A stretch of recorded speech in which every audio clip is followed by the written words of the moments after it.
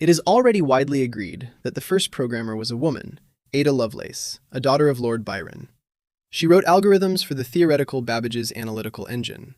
But did you know that among telecommunications specialists, there is also an opinion that a woman stands behind Bluetooth? Hedy Lamarr, the mother of Bluetooth. Hedy was an actress famous in her time. When she was 18, she played the main role in the movie Ecstasy. It was a very controversial and sexual movie. Soon after that, she married Fritz Mandl, an Austrian military arms merchant and munitions manufacturer who was reputedly the third richest man in Austria. As she later wrote in her autobiography, that was a poor choice, as Fritz was an extremely controlling husband who strongly objected to her appearance in Ecstasy and prevented her from pursuing her acting career.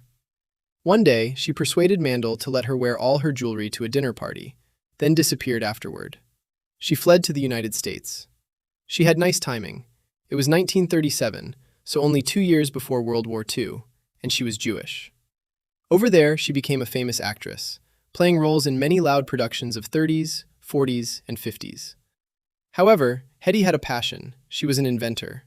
She was designing and drafting inventions, such as an improved traffic light and a tablet that would dissolve in water to create a flavored carbonated drink. She often did that between takes on set. Her greatest invention was made during World War II. She learned that navies needed a way to guide a torpedo as it raced through the water.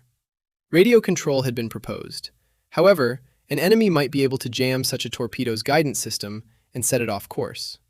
She had an original idea for preventing that. The signal could frequently change frequencies.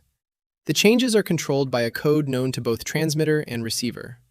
This way, even if enemies were jamming on specific frequencies, enough signal would reach the missiles to control them. This is known as time hopping. The US Navy never used this technology. It was too big and too heavy. They lacked something that was invented later, the transistor. Much later, in 1994, the Swedish company Ericsson worked on a protocol for exchanging data between devices. They decided to use time hopping to limit the effects of natural noise. Were they inspired by Hedy's invention? I don't know. But it was she who first formalized the idea for this. Lamarr was married and divorced 6 times and had 3 children. Her husbands were a producer, a baseball player, a nightclub owner, a Texas oil man, and finally, her divorce lawyer. Hedy's face was used on Corel Draw's famous cover, which we all remember from the early 2000s. It became iconic, but Hedy sued Corel for using it without her permission. You might like her or not, but Hedy had a very interesting life. It is so strange that she is now mostly remembered by professors in the telecommunication department who present here on a slide about the history of Bluetooth. If you like this story, I have much more on this channel. Remember to follow, and let me know if you think Hedy was a mother or Bluetooth, or if it's an exaggeration. Cheers, and see you in other videos.